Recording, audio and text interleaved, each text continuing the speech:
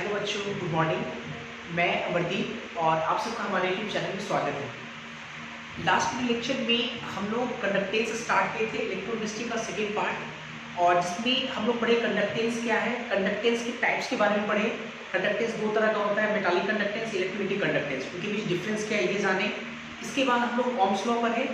Ohm's law से हम लोग ये जाने कि ओम्स लॉ जो है वो मेटालिक कंडक्टर और साथ ही साथ इलेक्ट्रोलिटिक कंडक्टर के लिए एप्लीकेबल होता है। इसके बाद फिर हम लोग देखे एक फॉर्मूला आया था रेजिस्टेंस वाला। रेजिस्टेंस बराबर आया था R बराबर L बटा ए इंटू रो, या रो इंटू एल बटा ए। और यहाँ से हम लोग ये भी सीखे कि R बराबर रो इंटू एल बटा जो ए होता है वो इलेक्ट्रोलिटिक कंडक्टर के लिए भी एप्लीकेबल होगा। क्लियर है? इसके बाद एक और इस फॉर्मूला को जो हम सिंप्लीफाई किए थे, तो फॉर्मूला को सिंप्लीफाई करने के बाद एक जो फॉर्मूला आया था जो कि काफ़ी इंपॉर्टेंट भी है, वो आया था K बराबर G into G star. K बराबर G into G star. K आपका कंडक्टिविटी, G आपका कंडक्टेंस और G स्टार आपका कहलाता था cell constant. G star cell constant इसलिए कहलाता था G स्टार को सेल कांस्टेंट इसलिए कहते थे कि किसी भी सेल में तो इलेक्ट्रोड के बीच का डिस्टेंस जिसको L मानते थे वो, और उस सेल में जो हम लोग प्लेट लिए हैं, प्लेट जो डालते हैं, उस प्लेट का एरिया हमेशा क्या होगा, फिक्स्ड होगा, एक पर्टिकुलर सेल में कांस्टेंट होगा। इसलिए हम लोग L बटा ए को एक साथ क्या बोलेंगे, सेल कांस्टेंट। यहाँ तक क्लियर है? अच्छा, तो आज हम लोग आगे कंटिन्यू करते हैं। आज हम लोग एक नए पॉइंट के बारे में पहले समझेंगे। एक काफ़ी अच्छा पॉइंट है और बेहतर पॉइंट है। इस पॉइंट को पहले समझना पड़ेगा आगे की चीज़ों को समझने के लिए। वो पॉइंट ये है कि जैसे हम लोग फॉर्मूला पढ़े K बराबर G इंटू जी स्टार। जी स्टार आपका क्या कहलाता है, सेल कांस्टेंट। तो सेल कांस्टेंट अगर मान लो कि 1 के बराबर है, या सेल कांस्टेंट चूंकि कांस्टेंट है, तो उस कंडीशन में आपका K G के बराबर आ रहा है। K बराबर G, K को हम लोग बोलते हैं कंडक्टिविटी और G को हम लोग बोलते हैं कंडक्टेंस। अर्थात अगर सेल कांस्टेंट अगर 1 ले लिए तब तो उस कंडीशन में K पूरा किसके बराबर हो जाएगा, G के बराबर हो जाएगा, कंडक्टिविटी कंडक्टेंस के बराबर हो जाएगा। तो हम कह सकते हैं कि अगर G स्टार सेल कांस्टेंट का वैल्यू अगर 1 ले लेंगे तो जो कंडक्टिविटी होगा वो कंडक्टेंस के बराबर होगा। और चूंकि हम लोग किसी खास कंडीशन पे कंडक्टिविटी कंडक्टेंस के बराबर हो रहा है, तो आप चूंकि खास कंडीशन पे कर रहे हो तो आप K को स्पेसिफिक कंडक्टेंस भी कह सकते हैं। स्पेसिफिक लगाएंगे क्योंकि खास कंडीशन पे 1 जब लिए तब हुआ, या स्पेसिफिक कंडक्टिविटी भी कह सकते हैं। तो मैं इस पॉइंट को पहले लिखता हूँ, ठीक है? इसके बाद फिर होते हैं। जैसे मैंने कहा, काफी इंपॉर्टेंट पॉइंट ये, वेरी इंपॉर्टेंट, इसको जानना थोड़ा। मैंने कहा कि व्हेन, जब cell constant is taken as unity, then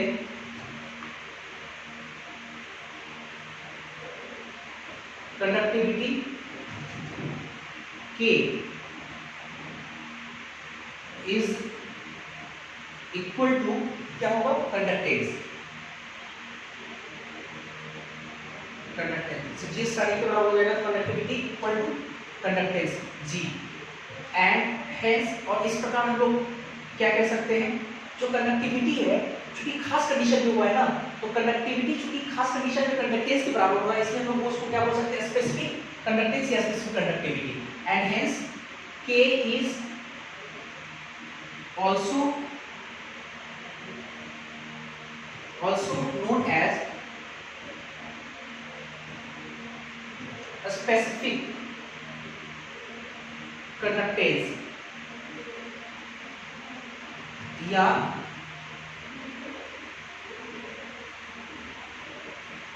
specific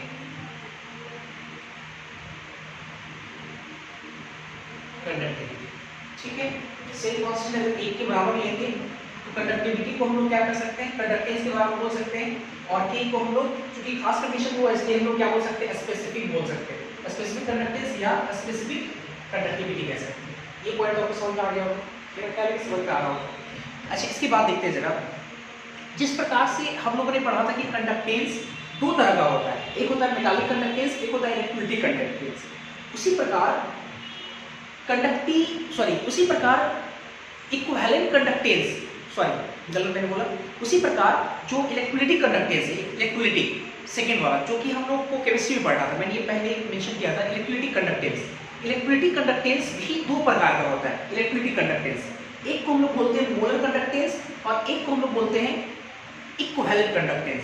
फिर से एक बार मैंने कहा कि जिस प्रकार हम लोग कंडक्टेंस दो तरह के पढ़े थे, मेटालिक कंडक्टेंस, दूसरा इलेक्ट्रोलिटिक कंडक्टेंस।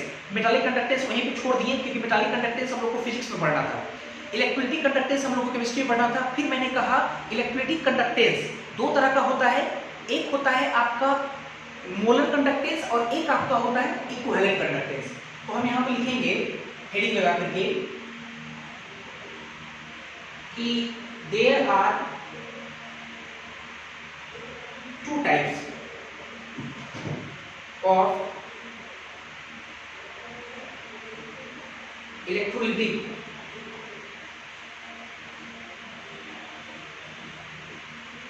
कंडक्टेंस। ठीक है, दो तरह के इलेक्ट्रोलिटिक कंडक्टेंस होगा। पहला मोलर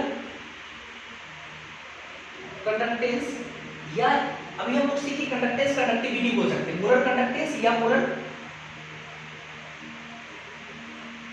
कंडक्टिविटी कह सकते हैं, मोलर कंडक्टिविटी। और इसको हम लोग लैम्डा स्मॉल एम से रिप्रेजेंट करेंगे। हालांकि कुछ बच्चे सिंबल सोचने से इसको लैम्डा कहां से कहते हैं, लैम्डा तो ये होता है हमारा। तो आप थोड़ा जानो कि लैम्डा दो तरह का होता है, ग्रीक जो वर्ड होता है उसमें, ग्रीक जो होता है वर्ड उसमें ग्रीक में दो तरह का लैम्डा होता है, एक ये लैम्डा होता है। अंतर ये है कि ये आपका स्मॉलर लैम्डा होता है, स्मॉलर लैम्डा होता है, और ये आपका क्या होता है बिगर लैम्डा। तो हमने वहां पे बिगर लैम्डा लिखा है, बिगर लैम्डा, ये यहाँ पे क्या है बिगर लैम्डा, जो बिगर लैम्डा से रिप्रेजेंट करते हैं। और दूसरा होता है इक्विवेलेंट, इक्विवेलेंट कंडक्टेंस या कंडक्टिविटी। और इसको हम शॉर्टली कैसे रिप्रेजेंट करेंगे, लैम्डा और यहाँ स्मॉल ई, इक्विवेलेंट। मोलर के लिए स्मॉल एम लगाएंगे, इक्विवेलेंट के लिए स्मॉल ई लगाएंगे। तो मोलर कंडक्टेंस और दूसरा क्या है आपका इक्विवेलेंट कंडक्टेंस। अब इसके बाद एक एक करके हम लोग डिस्कस करेंगे। तो पहले आप क्या कीजिए, इसको पॉज करके आप इसको पहले नोट करें, इसको मिटाते हैं, है ना। तो इसके बाद देखते हैं मोलर कंडक्टेंस। तो आप हेडिंग लगाएंगे सबसे पहले मोलर कंडक्टेंस या मोलर कंडक्टिविटी। मोलर कंडक्टेंस पहला हम देखेंगे मोलर कंडक्टेंस या conductivity, shortly lambda M. Shortly बोलो क्या, लैम्डा एम। उसको डिफाइन करते हैं मोलर कंडक्टेंस और मोलर कंडक्टिविटी। सवाल ये कि होता क्या है, उसको ऐसे समझते हैं थोड़ा। मैंने आपको कई बार कहा है कि जब कभी भी मोलर वर्ड आए, मोलर, तो मोलर का मतलब आपको समझना है कि एक मोल, मोलर मतलब एक मोल, मोलर वॉल्यूम एक मोल का वॉल्यूम, मोलर मास एक मोल का मास, ऐसे करके कुछ हम लोग पढ़ते थे पहले। तो यहाँ पे है मोलर कंडक्टेंस, मोलर मतलब कितना, एक मोल। अब इसको समझते जरा क्या है एक मोल का यहाँ पे चक्कर। जैसे कंडक्टेंस जो यहाँ पे है, हम लोग कौन सा पढ़ रहे हैं, equivalent conduct, sorry electrolytic conductance. क्या पढ़ रहे हैं हम लोग, इलेक्ट्रोलिटिक कंडक्टेंस। और इलेक्ट्रोलिटिक कंडक्टेंस इलेक्ट्रोलाइट के कारण होता है। इलेक्ट्रोलाइट मतलब जो आयन प्रोड्यूस करे, ठीक है। तो हम क्या किए कि कोई अपने मन से एक इलेक्ट्रोलाइट लाए, इलेक्ट्रोलाइट, और उस इलेक्ट्रोलाइट का हम लोग एक मोल लाए, और उस एक मोल को हम लोग क्या किए, पानी में डाल दिए। गिवन जो वाटर आपका सॉल्वेंट है उसमें हम लोग मिला दिए। एक मोल इलेक्ट्रोलाइट लाए, है ना, एक मोल इलेक्ट्रोलाइट लाए, उस एक मोल इलेक्ट्रोलाइट को दिए हुए जो सॉल्वेंट है उसमें हम लोग मिला दिए, एक सॉल्यूशन तैयार किया। और जैसे ही हम लोग इलेक्ट्रोलाइट को पानी में या जो भी हो, ठीक है, सॉल्वेंट में हम लोग डालें, तो इलेक्ट्रोलाइट अपने आप क्या हुआ, डिसोसिएट हुआ, आयन को प्रोड्यूस किया, आयन बना। अब जब आयन बना तो आयन भी एक प्रकार का चार्ज है, ऑब्वियसली इसका कंडक्टेंस प्रॉपर्टीज होगा। तो एक मोल इलेक्ट्रोलाइट के कारण जो आयंस प्रोड्यूस होगा, और उस आयन का जो कंडक्टिव पावर होगा, उस सॉल्यूशन में जो आयन है उस आयन का जो कंडक्टिंग पावर होगा, उसी कंडक्टिंग पावर को हम लोग क्या बोल देंगे, मोलर कंडक्टेंस। मतलब सिंपल तो है, मोलर, एक मोल इलेक्ट्रोलाइट के सॉल्यूशन में जो आयन है उस आयन का जो कंडक्टेंस प्रॉपर्टीज होगा या जो कंडक्टिंग पावर होगा उसी को हम लोग क्या बोल देंगे, मोलर कंडक्टेंस। ठीक है, तो मैं लिख रहा हूं यहां पे कि molar conductance is defined as, कैसे डिफाइन करेंगे, the conducting power of electrolytes, conducting power of electrolytes when 1 mole, कितना मोल हो, 1 mole of electrolyte present in the given solution। given solution में अगर एक मोल इलेक्ट्रोलाइट प्रेजेंट हो तो उस सॉल्यूशन की कंडक्टिंग पावर को हम लोग क्या बोलेंगे, molar conductance is defined as the conducting power of electrolytic solution, लिखना चाहिए यहाँ पे इलेक्ट्रोलिटिक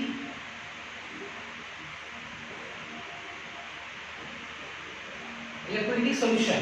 ठीक है, ये आपको पता है when 1 mole of electrolyte present in the given solution, given solution में अगर एक मोल इलेक्ट्रोलाइट प्रेजेंट है तो उस इलेक्ट्रोलिटिक सॉल्यूशन के कंडक्टिंग पावर को हम लोग क्या बोलेंगे, मोलर कंडक्टेंस कहेंगे। ये आपका कहलाएगा मोलर कंडक्टेंस। कुछ किताबों में तो इतना ही लिखता है मोलर कंडक्टेंस के बारे में, लेकिन मोलर कंडक्टेंस को डिफाइन करने के लिए एक और पैरामीटर को कांस्टेंट करना पड़ता है, वो मैं समझाता हूँ। जैसे बहुत सारी किताबों में ये डेफिनेशन यही तरीका रहता है, लेकिन मैं कहना चाह रहा हूँ ये कि मोलर कंडक्टेंस डिफाइन होने के लिए एक पैरामीटर और है। एक पैरामीटर ये है कि जो आप है ना, जो आप ये क्या बोलते हैं, सॉल्यूशन जो आपने लिया है, इलेक्ट्रोलाइट का जो सॉल्यूशन लिया, एक मोल इलेक्ट्रोलाइट का जो सॉल्यूशन लिया, और उस सॉल्यूशन को जब हम लोग किसी कंटेनर में रखे और उसमें जब 2 प्लेट गिराते हैं, 2 प्लेट है ना, 2 प्लेट जब डालते हैं, इलेक्ट्रिसिटी के लिए 2 प्लेट डालना पड़ेगा। जब 2 प्लेट हम लोग डाले तो उन 2 प्लेट के बीच का डिस्टेंस 1 यूनिट होना चाहिए, तभी जाकर मोलर कंडक्टेंस डिफाइन होगा। उसको मानना पड़ेगा 1 यूनिट। तो हम बोल देंगे एंड क्या बोल सकते हैं, डिस्टेंस बिटवीन 2 इलेक्ट्रोड इज 1 के बराबर। ठीक है, ये इलेक्ट्रोड ध्यान रखेंगे। 2 पॉइंट, पहला पॉइंट ये कि 1 मोल इलेक्ट्रोलाइट के चलते जो उस सॉल्यूशन का कंडक्टिंग पावर होगा, है ना, और साथ ही साथ उस सेल में 2 इलेक्ट्रोड के बीच का डिस्टेंस 1 के बराबर हो, तो उसको हम लोग क्या बोलेंगे, मोलर कंडक्टेंस कहेंगे। And distance between 2 electrode is unity, ये ध्यान रखेंगे पॉइंट। ठीक, इसके बाद आते हैं सर, ये तो इसका डेफिनेशन रहा। इस पे क्वेश्चन आता है, और क्वेश्चन अगर आएगा तो ऑब्वियस इसके लिए फॉर्मूला आपको चाहिए। अब फॉर्मूला हम लोग डिफाइन करते हैं, जरा फॉर्मूला कैसे आएगा। ठीक है, देखते हैं जरा, इसके आधार पे हम लोग फॉर्मूला डिफाइन करेंगे। 2 चीजें तो पता चल रहा है कि मोलर यदि कहने का मतलब मोल का संख्या कितना होना चाहिए, 1। अच्छा, ये बात तो समझ में आया। और दूसरी बात ये कि इलेक्ट्रोड के बीच का डिस्टेंस अर्थात L कितना होना चाहिए, 1 के बराबर। देखते हैं जरा, यहाँ पे हम लोग फॉर्मूला निकालते हैं, कैसे निकलेगा वो देखते हैं। ठीक, जैसे सेल कांस्टेंट मैंने आपको पढ़ाया था, सेल कांस्टेंट G स्टार बराबर कितना होता है, बराबर होता है L/A। ये हम लोग पढ़े थे, L/A। ठीक है, अपने मन से क्या करते हैं, ऊपर भी एक बार L से मल्टीप्लाई करते हैं, एक बार नीचे L से मल्टीप्लाई करते हैं, कर सकते हैं हम लोग। ये हो जाएगा L², ये हो जाएगा A×L। ठीक, और A×L को हम क्या लिख सकते हैं, वॉल्यूम, बिल्कुल लिख सकते हैं। A×L को लिख सकते हैं वॉल्यूम। ठीक है, ये आपका L²। चूंकि L का वैल्यू 1 के बराबर है ना, वो पढ़े डिस्टेंस बिटवीन 2 इलेक्ट्रोड इज 1 के बराबर। तो अगर 1 यहाँ रखेंगे 1 हो जाएगा, तो यहाँ से G स्टार कितने के बराबर हो जाएगा, G स्टार हो जाएगा 1/वॉल्यूम। इसको इक्वेशन हम लोग फर्स्ट मानते हैं। फिर देखते हैं जरा, फिर हम लोग एक इक्वेशन पढ़े थे प्रीवियस क्लास में कि k बराबर z इंटू जी स्टार, ठीक है, k बराबर z into G star, z into G star नहीं लगा था। अच्छा अब देखो जरा, मैंने ये एक और चीज मोलरिटी देखते हैं। हम लोग मोलरिटी क्या पढ़े, मोलरिटी कैपिटल M मोलरिटी बराबर को पढ़े मोल्स ऑफ सॉल्यूट बटा volume of solution in litre, ठीक है, वॉल्यूम ऑफ सॉल्यूशन, वॉल्यूम लिखे हम ऊपर में लिखे n मतलब क्या होता है मोल, n मतलब मोल, ठीक है। और चूंकि n का वैल्यू 1 होगा है ना, n बराबर कितना होगा 1 होगा। अब समझ गए कैसे, क्योंकि मोलर कंडक्टेंस है, मोलर कंडक्टेंस एक मोल टाइप के सॉल्यूशन के लिए डिफाइन होता है, तो इसका मतलब m बराबर कितना होगा, मोलरिटी बराबर कितना आएगा हमारे पास, मोलरिटी बराबर आएगा 1 बटा वॉल्यूम। इसको इक्वेशन क्यों मानते हैं, इक्वेशन फर्स्ट एंड सेकंड से अगर हम लोग देखें from equation first and to second से, क्योंकि राइट हैंड साइड दोनों का बराबर है, पहला इक्वेशन 1 बटा वॉल्यूम राइट हैंड साइड, ऐसे भी 1 बटा वॉल्यूम, अर्थात हम लोग कह सकते हैं कि जी स्टार जो होगा वो बराबर होगा मोलरिटी फर्स्ट एंड सेकंड। अब देखो क्या करना है, अब लास्ट क्लास में जो हम लोग पढ़े थे k बराबर z इंटू जी स्टार, याद होगा आपको, काफी अच्छे से याद भी रखना है आपको क्योंकि फॉर्मूला काफी इंपॉर्टेंट है ना, k बराबर z इंटू जी स्टार, ठीक है। तो यहां से हम लोग क्या लिख सकते हैं, k z और g स्टार मोलरिटी के बराबर हो गया, तो हम लोग z बराबर कितना लिख सकते हैं, k बटा m, k बटा m, और ये जो g है वो क्या है, कंडक्टेंस है, और ये जो g जो कंडक्टेंस है ये हमारा है k बटा m। कब आया हमारा k बटा m के बराबर, जब हम लोग ये दो कंडीशन को फॉलो किए, l बराबर 1 लिए और n बराबर 1 लिए, अर्थात मोलर कंडक्टेंस को फॉलो कराया। तो इसका मतलब कि g को हम लोग क्या बोल सकते हैं, मोलर कंडक्टेंस, और अगर g को मोलर कंडक्टेंस कहें तो इसका मतलब कि लैम्डा m बराबर होगा कितना, k बटा m। देखो ये फॉर्मूला आया है, लैम्डा m बराबर k बटा m। Here ये लैम्डा जो m है ये आपका होगा मोलर कंडक्टेंस, k जो होगा आपका कंडक्टिविटी, और m जो होगा आपका ये मोलरिटी, या आप इसको बोल सकते हैं कॉन्सेंट्रेशन किसका, electrolytic solution, concentration of solution, ऐसे कह सकते हैं, सही है। तो ये फॉर्मूला आया, अगर मान लो कि आपसे बोला गया कि एक सॉल्यूशन है जिसका कंडक्टिविटी k इतना है और उस सॉल्यूशन का मोलरिटी इतना है, तो बताइए कि उसका मोलर कंडक्टेंस कितना होगा, आराम से फॉर्मूला कुकिंग सवाल होगा हमारे लिए। लेकिन सबसे बड़ी बात ये कि इस फॉर्मूला से आपका एक भी सवाल नहीं बनने जा रहा है, एक भी सवाल नहीं बनेगा। इसका हम समझाते हैं सर, रीजन ये है कि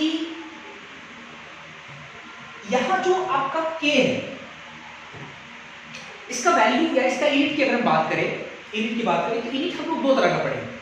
k का यूनिट याद होगा आपको पर ओम, k का यूनिट पर ओम पर मीटर या पर ओम पर सेंटीमीटर, k का वैल्यू नहीं ना, हाँ ठीक है ना, k का जी स्टार जी का होता है क्या पर ओम और जी स्टार का होता है पर मीटर, ठीक है, पर मीटर। और मोलरिटी का यूनिट होता है मोल पर लीटर या मोल पर लीटर होता है, फिक्स होता है। तो प्रॉब्लम ये है बच्चे कि जो कंडक्टिविटी का जो यूनिट है वो आप मीटर सेंटीमीटर में ले रहे हैं, पर मीटर पर सेंटीमीटर में है ना, पर मोल सॉरी पर ओम पर मीटर या पर ओम पर सेंटीमीटर, सीजीएस एसआई कुछ भी हो सकता है। और जो मोलरिटी है, मोलरिटी वो ग्राम सॉरी मोल पर लीटर में, और लीटर ना तो सीजीएस है और ना ही एसआई है। तो प्रॉब्लम ये आएगा कि वैल्यू, तो इसका जो वैल्यू है वो तो दिया रहेगा आपको, लीटर में हमेशा रहेगा, मोलरिटी का वैल्यू मोल पर लीटर में रहेगा। ये तो आपका या तो पर सेंटीमीटर में रहेगा या तो पर मीटर में, मतलब पर ओम के साथ लग करके रहेगा। तो ये तो पूरी तरह से ना तो सीजीएस ना तो एसआई है। तो प्रॉब्लम क्या आएगा कि इसका वैल्यू दिया रहेगा पर ओम पर सेंटीमीटर या पर ओम पर मीटर में, इसका वैल्यू हमेशा लीटर में दिया रहेगा। तो होगा क्या कि इसका जो वैल्यू है आपको लैम्डा m का वैल्यू या तो आपसे पूरी तरह से सीजीएस में मांगेगा या तो आपसे पूरी तरह से एसआई में खोजेगा। तो ऑब्वियसली जब आप इसको पूरी तरह से सीजीएस एसआई में नहीं लिखोगे तो आपका कहीं ना कहीं जो आपका डेटा दिया हुआ है उस डेटा के अकॉर्डिंग आप सीधा सीधा फॉर्मूला को पुट करके आप आंसर नहीं ला पाएंगे। तो कहीं ना कहीं इसको थोड़ा सा और क्या है सिंप्लीफाई करने की जरूरत है। थोड़ा हम सिंप्लीफाई करेंगे, एक फॉर्मूला लाएंगे सीजीएस यूनिट में और एक फॉर्मूला लाएंगे हम लोग एसआई यूनिट में, ताकि अगर जिस तरह से हमारे क्वेश्चन में डेटा दिया रहे उस डेटा के अकॉर्डिंग हम उस फॉर्मूला को रख करके हम उस पर काम कर सकें। तो सबसे पहले आप इसको नोट करें, फिर उसके बाद हम उसको थोड़ा और सिंप्लीफाई करके फॉर्मूला सुनाएंगे। इसको पहले आप नोट करें।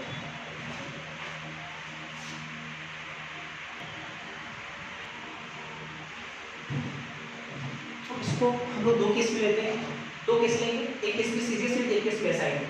देखते हैं जरा। केस फर्स्ट, इफ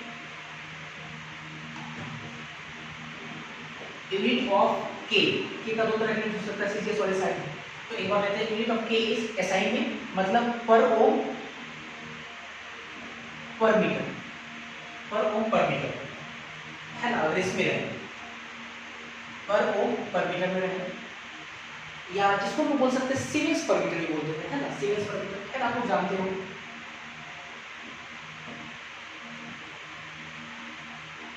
ये तो देखते हैं बढ़िया से यहाँ पे समझना है।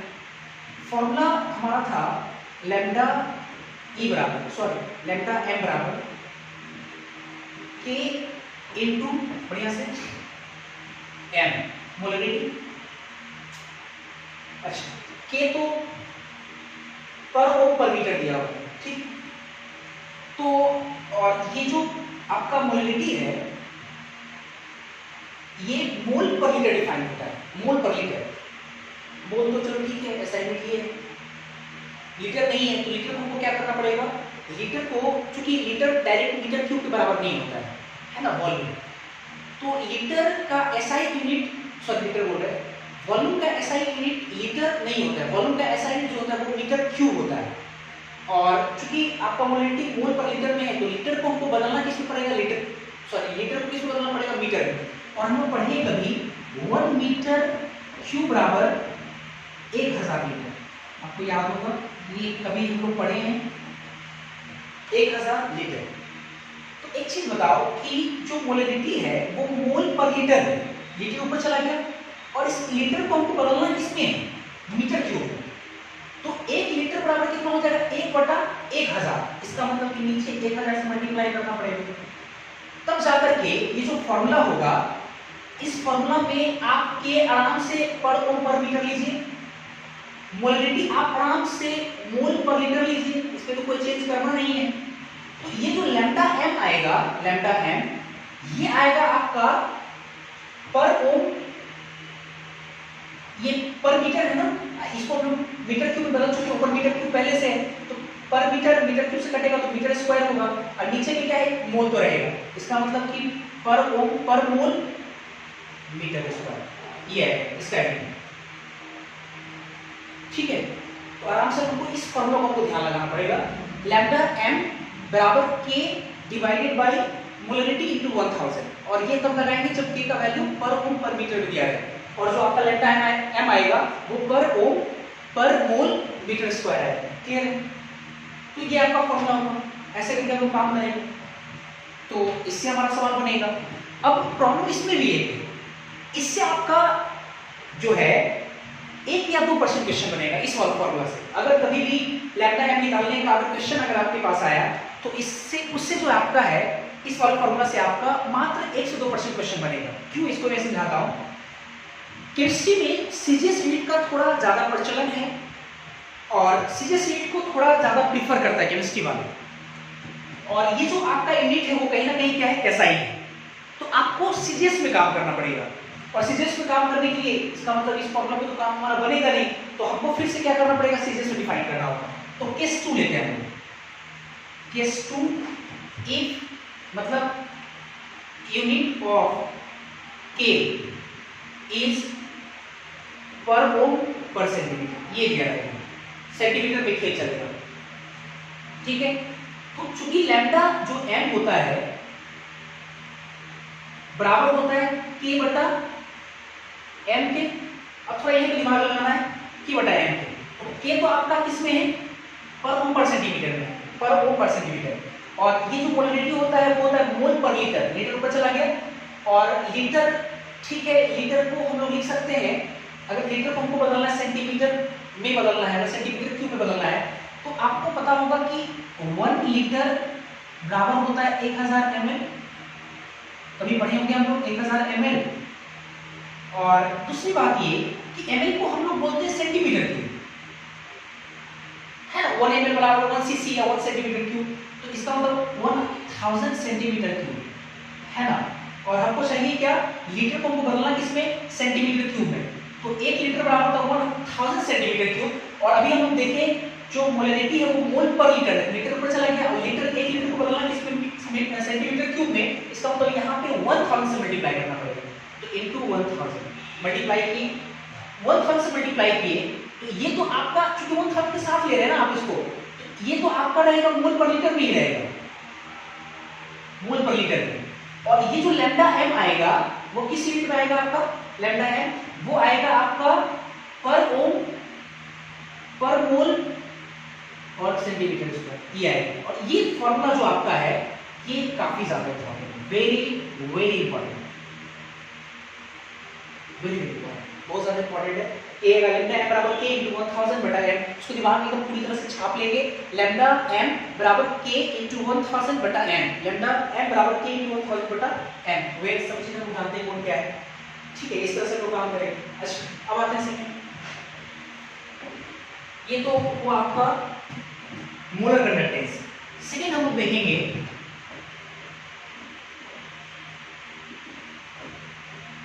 इक्विवेलेंट कंडक्टेंस या कंडक्टिविटी और लैम्डा की,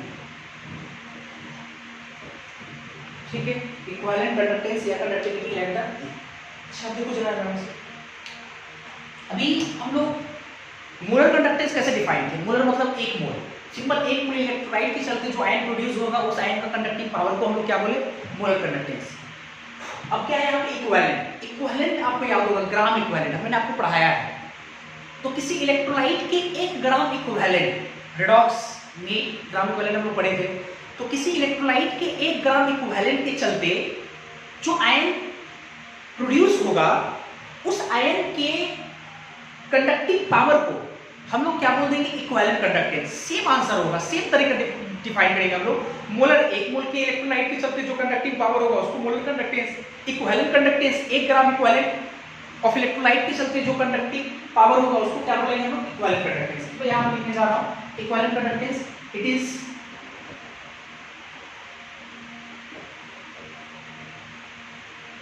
defined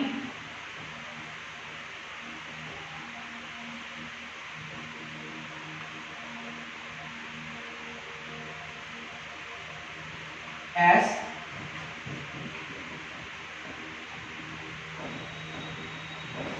the conducting power of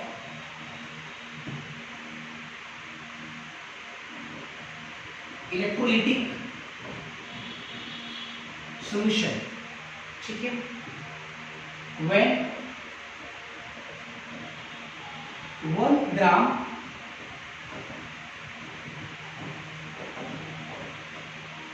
equivalent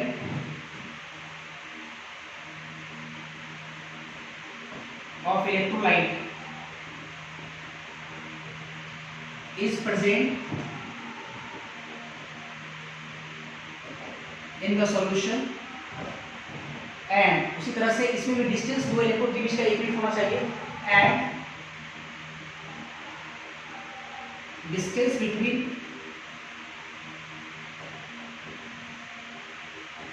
two electrode is unity, एक होना चाहिए।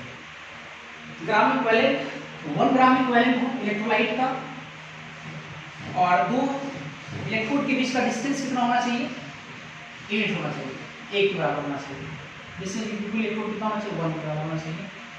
तो उसको हम लोग क्या बोलेंगे, इक्विवेलेंट कंडक्टेंस। अब देखते हैं जरा अब इसके लिए फॉर्मूला क्या आएगा, ध्यान रखिए इक्विवेलेंट में कि 1 ग्राम इक्विवेलेंट और 2 इलेक्ट्रॉन के बीच का डिस्टेंस 1 होना चाहिए। अब देखते हैं इसमें जरा, जैसे हम लोग पढ़े G स्टार सेम कांस्टेंट बराबर L बटा A, ये हम लोग जानते हैं पहले से। अपने मन से ऊपर में L से मल्टीप्लाई करेंगे L स्क्वायर और A इंटू L लिख सकते हैं। A इंटू L को हम लोग वॉल्यूम लिख सकते हैं, एरिया इंटू लेंथ या हाइट हम लोग क्या बोलते हैं इसको, वॉल्यूम। और चूंकि L आपका 1 के बराबर है डेफिनेशन के अकॉर्डिंग, तो 1 का स्क्वायर 1 हो जाएगा, अर्थात G स्टार कितने के बराबर हो जाएगा, 1 बटा वॉल्यूम। इसको इक्वेशन फर्स्ट मानेंगे। अगेन नेक्स्ट हम लोग क्या करेंगे, नॉर्मलिटी फाइंड करते हैं जरा। नॉर्मलिटी हम लोग कभी पढ़े हैं, नॉर्मलिटी बराबर होता है ग्राम इक्विवेलेंट, आपको याद होगा, सॉलिड का gram equivalent divided by volume, है ना, ग्राम इक्विवेलेंट बटा वॉल्यूम। और क्वेश्चन के अकॉर्डिंग चूंकि ग्राम इक्विवेलेंट भी कितना है, 1 के बराबर है, तो अगर 1 रखेंगे तो नॉर्मलिटी कितना आ जाएगा, 1 बटा वॉल्यूम हो जाएगा। इसको इक्वेशन 2 मान लेंगे। और जब इक्वेशन फर्स्ट और सेकंड से हम लोग लेंगे फ्रॉम इक्वेशन फर्स्ट एंड 2, तो साफ साफ दिख रहा है कि नॉर्मलिटी बराबर हो जाएगा G स्टार। एंड नाउ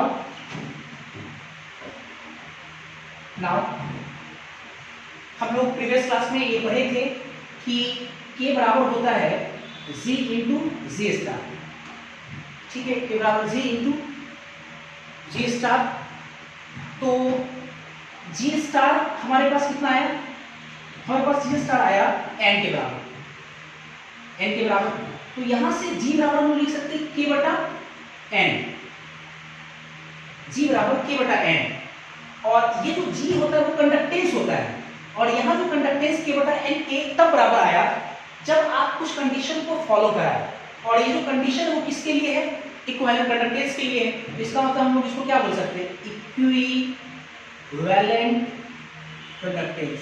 क्या बोलेंगे इसको, इक्विवेलेंट कंडक्टेंस। अर्थात G को हम रिप्लेस करके हम लोग चाहें तो लैम्डा E लिख सकते हैं, लैम्डा E बराबर K बटा कैपिटल N, है ना। तो इस फॉर्मूला को ध्यान रखिए, लैम्डा E बराबर K बटा N। उसी प्रकार इस फॉर्मूला से भी आपका कोई क्वेश्चन नहीं बनने जा रहा है, क्योंकि यूनिट का यहाँ लोचा है। तो फिर से हम लोग यहाँ से 2 केस राइज करेंगे, ठीक है। तो पहले आप क्या करो, इसको नोट करो, फिर हम देखते हैं आगे। इसको नोट करेंगे पहले।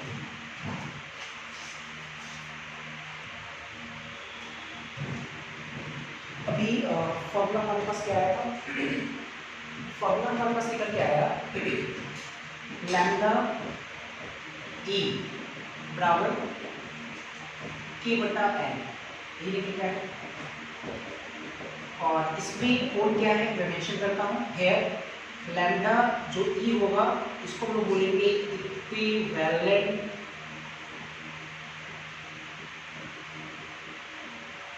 कंडक्टेंस K, कंडक्टिविटी बोलेंगे, और N को क्या बोलेंगे, नॉर्मलिटी। हम बोलोगे नॉर्मलिटी, ठीक है। यहाँ देखते हैं इसके बाद फिर से यहाँ से 2 केस लेना पड़ेगा, as it is. Case first, if unit of K is per ohm पर मीटर, अगर ये है, क्योंकि आपका फॉर्मूला है लैम्डा E बराबर K बटा N, सॉरी K बटा N नॉर्मलिटी। तो K को आप इस यूनिट में लिए हुए हैं, और नॉर्मलिटी होता है ग्राम इक्विवेलेंट पर लीटर। तो लीटर ऊपर गया, और लीटर तो ऐसा यूनिट है नहीं, लीटर को मीटर क्यूब में बदलेंगे तो 1 मीटर क्यूब बराबर होता है 1000 लीटर। तो 1 लीटर बराबर कितना हो जाएगा, 1 लीटर बराबर 1 बटा 1000, इसका मतलब 1000 नीचे आ जाएगा। तो जब 1000 नीचे आ जाएगा तो ये आपका जो फॉर्मूला होगा ये तब लगाएंगे जब K आपका पर ओम पर मीटर में दिया रहे।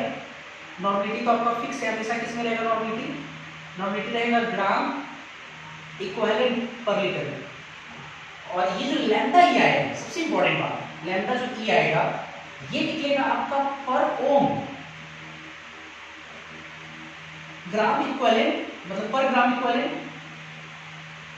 ठीक है, पर ग्राम इक्विवेलेंट या इक्विवेलेंट पर इक्विवेलेंट है ना। और क्या हो जाएगा यहाँ पे लीटर ऊपर में गया तो मीटर क्यूब, 1 मीटर कैसे हो जाएगा मीटर स्क्वायर, मीटर स्क्वायर। तो इस वाले फॉर्मूला से आपका क्वेश्चन बनेगा नहीं। पहले मेंशन मैं कर किया कि ये एसआई में एसआई भी ज्यादा इसका बोल वाला है नहीं, इसमें में सीजे स्टेट भी इसका ज्यादा क्वेश्चन है। तो हम लोग केस 2 देखेंगे जरा। केस 2, इफ यूनिट ऑफ के इज पर ओम पर सेंटीमीटर, पर ओम पर सेंटीमीटर में, तो लैम्डा ई बराबर के बटा एन, इसको बारीकी से हम लोग देखेंगे थोड़ा। के का यूनिट तो आपका फिक्स्ड है पर ओम पर सेंटीमीटर में, नॉर्मलिटी ग्राम इक्विवेलेंट पर लीटर है, लीटर ऊपर गया, लीटर ऊपर गया और लीटर को हमको सेंटीमीटर बदलना है। तो 1 लीटर बराबर 1000 सेंटीमीटर, इसका मतलब कि 1000 से हम मल्टीप्लाई करेंगे, 1000 से मल्टीप्लाई करेंगे तो नॉर्मलिटी तो उसी यूनिट में रहेगा ग्राम इक्विवेलेंट पर लीटर में। और ये जो लैम्डा ई है वो किस यूनिट में आ जाएगा आपका, ये आ जाएगा per ohm per gram equivalent और metre square, sorry centimetre square, centimetre square इसमें आ जाएगा। और यही आपका काफी ज्यादा इंपॉर्टेंट होगा फॉर्मूला, ये फॉर्मूला हो गया। तो ये फॉर्मूला आप दिमाग में छापेंगे, लैम्डा ई बराबर के इंटू 1000 बटा एन। और फॉर्मूला सेम है मोलरिटी के लिए, सॉरी मोलर कंडक्टेंस के लिए मोलरिटी आया था और इक्विवेलेंट कंडक्टेंस में मोलरिटी आया है। फॉर्मूला सेम होगा, लैम्डा एम बराबर के इंटू 1000 बटा एम और लैम्डा ई बराबर के इंटू 1000 बटा एन। तो अंतर थोड़ा सा है, ठीक है। इसके बाद हम लोग देखेंगे जो अभी हम लोग दो तरह का कंडक्टेंस पढ़े, मोलर कंडक्टेंस और इक्विवेलेंट कंडक्टेंस, उनके बीच में रिलेशन क्या है। तो relation between lambda M and lambda E, molar conductance and equivalent conductance, इसमें हम लोग को रिलेशन डेवलप करना है। रिलेशन है क्या देखते हैं जरा। लैम्डा ई, चलो देखते हैं जरा। लैम्डा ई से हम लोग क्या पढ़े, लैम्डा ई बराबर के इंटू 1000 बटा क्या होता है नॉर्मलिटी, है ना, नॉर्मलिटी होता है। और लैम्डा ई बराबर के इंटू 1000 बटा एन। नॉर्मलिटी को अगर हमको मोलरिटी के टर्म्स में लिखना है, मोलरिटी के टर्म्स में, तो हम लोग नॉर्मलिटी बराबर पढ़े एन फैक्टर इंटू मोलरिटी, आप पढ़े होंगे जरूर। नॉर्मलिटी बराबर है ना ये एन फैक्टर इंटू मोलरिटी। ये क्यों होता था, चूंकि एन बराबर को पढ़े थे capital M into N factor, ऐसा पढ़ते हैं लोग, ठीक।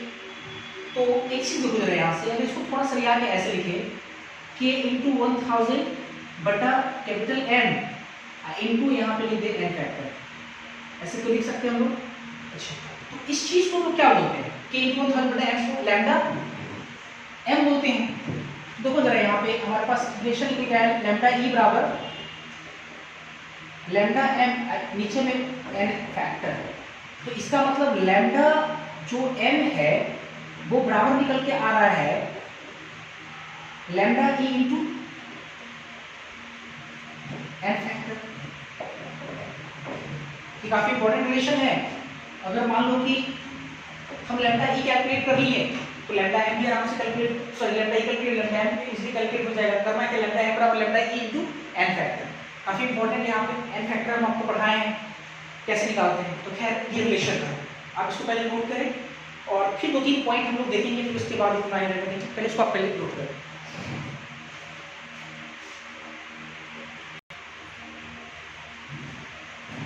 मोलर कंडक्टेंस और इलेक्ट्रोलिटिक कंडक्टेंस के बाद हम लोग कुछ पॉइंट्स के बारे में पढ़ेंगे, कुछ पॉइंट्स जो कि आगे आपको काफ़ी ज़्यादा समझने में सहूलियत मिलेगा। तो नोट में करके हम लोग 2-3 पॉइंट को देखेंगे और इसको दिमाग में हम छापना है। मैं आपको ये नहीं बोल रहा हूँ कि आप ये पॉइंट को रट लें, मैं आपको समझाऊंगा कि ये पॉइंट कैसे आया है, ठीक है, अच्छे समझाऊंगा, लेकिन उसको ध्यान रखने की जरूरत है। तो पहला चीज जो सेल कांस्टेंट होता है, सेल कांस्टेंट, वो सेल में जो इलेक्ट्रोलाइट का कॉन्सेंट्रेशन है उस पर डिपेंड नहीं करता है, बल्कि सेल के नेचर पर डिपेंड करता है या सेल के कॉन्फ़िगरेशन पर डिपेंड करता है। इस बात को थोड़ा समझते हैं। सेल कांस्टेंट होता है L/A, हम लोग बोलते हैं इसको सेल कांस्टेंट। L दो इलेक्ट्रोड के बीच का डिस्टेंस, जो पैरेलल प्लेट रखते हैं उसके बीच का डिस्टेंस, जो प्लेट होता है उसका सरफेस एरिया, उसको ये बोलते हैं।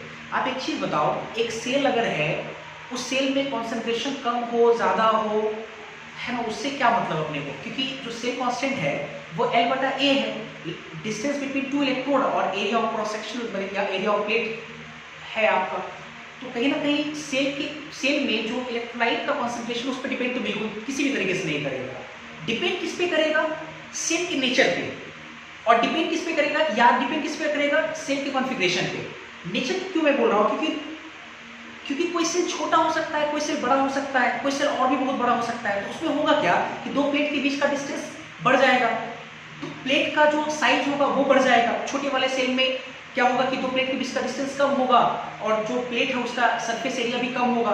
तो कहीं ना कहीं अलग अलग सेल का जो सेल कांस्टेंट होगा वो क्या होगा? अलग अलग होगा, है ना। तो इसलिए मैंने लिखा है कि cell constant only depends upon nature of cell, cell के नेचर पर डिपेंड करेगा, या कॉन्फ़िगरेशन ऑफ सेल, सेल के बनावट पर डिपेंड करेगा। हाँ, ऐसा हो सकता है कि सेल का बनावट मतलब ऐसा हो सकता है कि दोनों दो सेल हो, साइज सबका सेम है, लेकिन उसमें हो सकता है कि मतलब उसका कॉन्फ़िगरेशन अंतर हो। कोई हो सकता है कि उसमें प्लेट बड़ा वाला यूज हुआ हो, प्लेट छोटा यूज हुआ हो।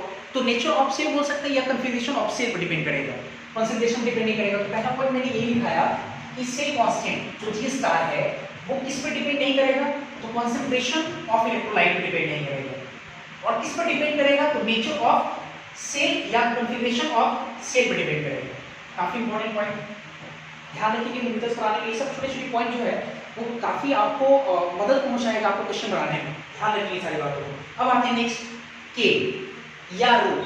क्योंकि आप रो पहले समझते हैं, रो को हम लोग बोलते थे कंडक्टिविटी, ठीक है, और 1/रो जब करते थे तो उसको हम लोग बोलते थे, सॉरी गलत बोले, रो को हम लोग बोलते थे